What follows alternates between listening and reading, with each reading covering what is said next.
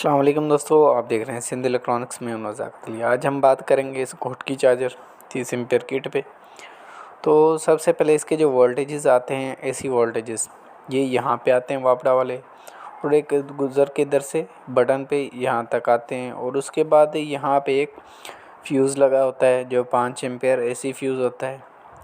यहाँ से होकर एसी वोल्टेजेस इस छोटे कॉइल्स पर आ जाती हैं। 2 कॉइल लगे हुए हैं।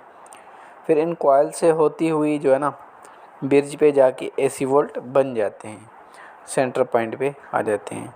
इसके बाद जो है ना, ये ब्रिज पे जैसे ही एसी वोल्टेजेस पहुंच जाते हैं तो इसके बाद ये ब्रिज इसको डीसी वोल्ट्स में कन्वर्ट कर लेती है।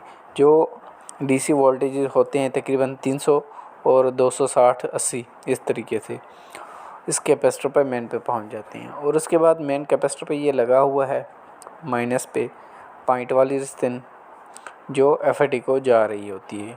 तो दोस्तों आप देख सकते हैं ये एफएटी को जा रही होती हैं। और उसके बाद जो है ना, ये एक डायोड 10 ओम की रिस्टेन, और फिर ये 10 के की। ये जो 10 ओम रिस्टेन होती है ये आ रही होती है पिन नंबर 6 से, जो है ना इस 3843 आईसी से होकर पिन नंबर 6 से ये एफएटी पे आती है। और जो ये दूसरे लगे हुए हैं इनका भी यही काम है, क्योंकि ये दूसरी एफएटी के लिए काम करते हैं।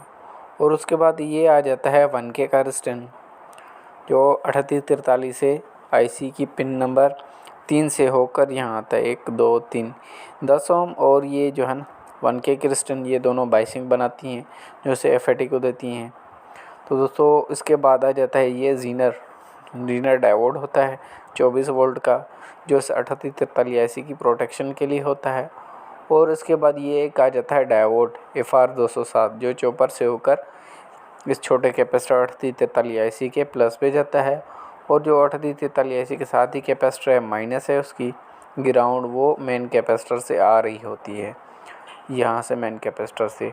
और यहाँ पे वोल्टेजेस बन जाते हैं, आईसी ना लगा हो तो 75, अगर जो है ना आईसी लगी हो तो 8 वोल्ट बनते हैं। और उसके बाद